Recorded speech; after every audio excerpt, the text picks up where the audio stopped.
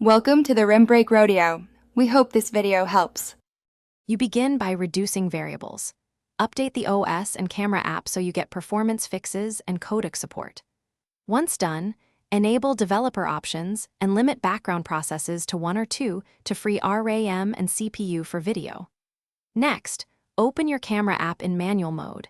Choose resolution like 1080p or 4K and decide 30 versus 60 frames per second depending on motion. Set exposure and white balance manually so the camera isn't guessing while you shoot.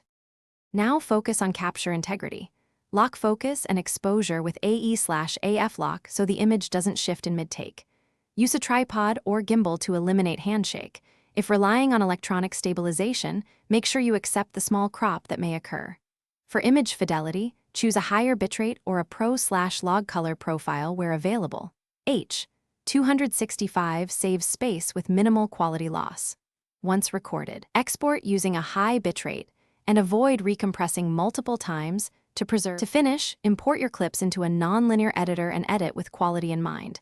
Keep internal color space and export with a high bitrate and correct color profile so the final retains detail.